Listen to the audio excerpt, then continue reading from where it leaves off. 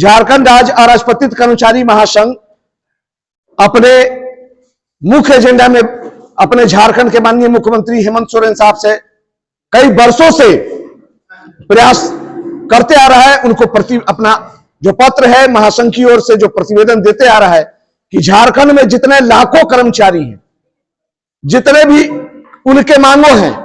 उनके जो लंबित मांगे हैं, जो अभी तक आपको मीडिया के माध्यम से बता दूं कि 6 PRC 7 PRC की जो केंद्र के अनुसार जो फिटमेंट कमेटी का रिपोर्ट है उस पर भी अभी तक लागू नहीं हुई है। यानी केंद्र के अनुरूप हूबहू सारी सुविधाएं सारे संशोधित वेतनमान भत्ते झारखंड में लागू नहीं है।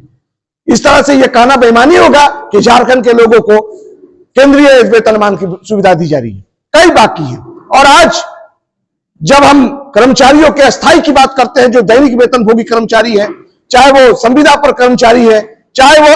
अनुबंध पर कर्मचारी है, चाहे आउटसोर्सिंग पर कर्मचारी है, उनके मांगों को लेकर के उनका अस्थायीकरण के लिए हम वर्षों से संघर्षरत हैं। लेकिन इसी बीच जो झारखंड राज्य जो HGM कर्मचारी संघ के जो अध्यक्ष हैं हमारे आशीष रंजन साहब ने सूचना दिया कि सर एक पत्र जारी हो गई JSLPS ग्रामीण विकास विभाग झारखंड सरकार के द्वारा 892 पत्र है जो मई में जारी हुआ। ये 10 वर्षों से ये DPM BPM के कैडर के बराबर ये अधिकारी लोग हैं जिनकी झारखंड में संख्या 105 पदाधिकारियों की है। इन सभी को 10-15 वर्षों से ये लोग राज्य के विकास में JSLPS के साथ काम करके जो सर्वांगीण विकास किए ग्रामीण क्षेत्रों में,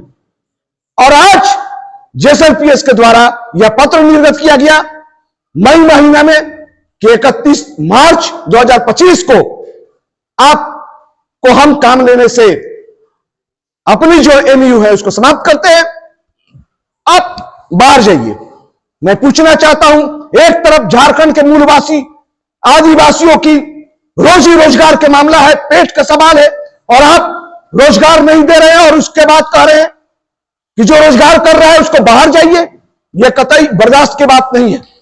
यह बर्दाश्त योग्य भी नहीं है। मैं मांग करता हूं माननीय मुख्यमंत्री झारखंड सरकार श्री हेमंत सोरेन साहब, जो हमारे लोकप्रिय सरकार है, जो हमारे लोकप्रिय मुख्यमंत्री है, जिस पर लाखों कर्मचारी ट्रस्ट करते हैं, मैं खुद भी ट्रस्ट करता हूं और चुनाव से पहले भी कहा था, मैंने मोरल सपोर्ट दिया था और कहा था कि यही झारखंड का शेर, यही माननीय मुख्यमंत्री पुनः सत्ता में आएंगे और जो बचे खुचे मांग है वो झारखंड के कर्मचारियों को विश्वास है, महासंघ को विश्वास है कि वह देंगे। लेकिन आप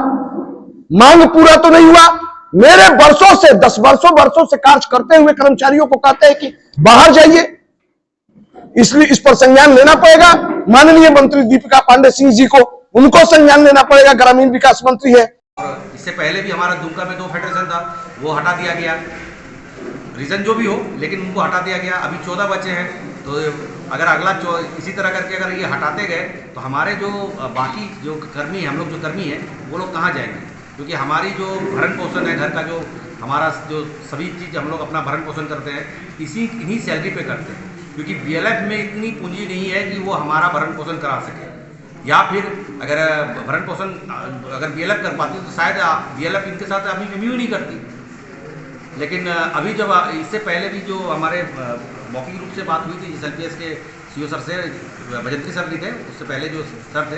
कि हम लोगों को ये मर्ज किया जाएगा, लेकिन वहाँ पर भी जो मौखिक बात रही और मौखिक में ही खत्म हो गई। क्यों ना हम लोग को मर्ज किया जाए, हम लोग को इस तरह से डायरेक्टली हटा देना, मतलब MOU अगर नहीं होगा तो BLF सक्षम नहीं है हम लोग को रखने में, तो अल्टीमेटली हम लोग बेरोजगारी की स्थिति में आ रहे हैं। तो जब कमी है तो फिर हम लोग क्यों नहीं उसमें मर्ज हो सकते हैं?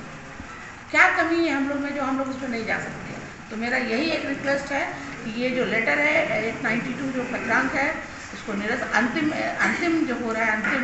इसको ना मानते हुए इसको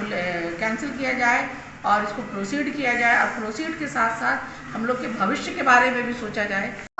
जिंदाबाद, जिंदाबाद, जिंदाबाद। हमारी मांगे चाहिए।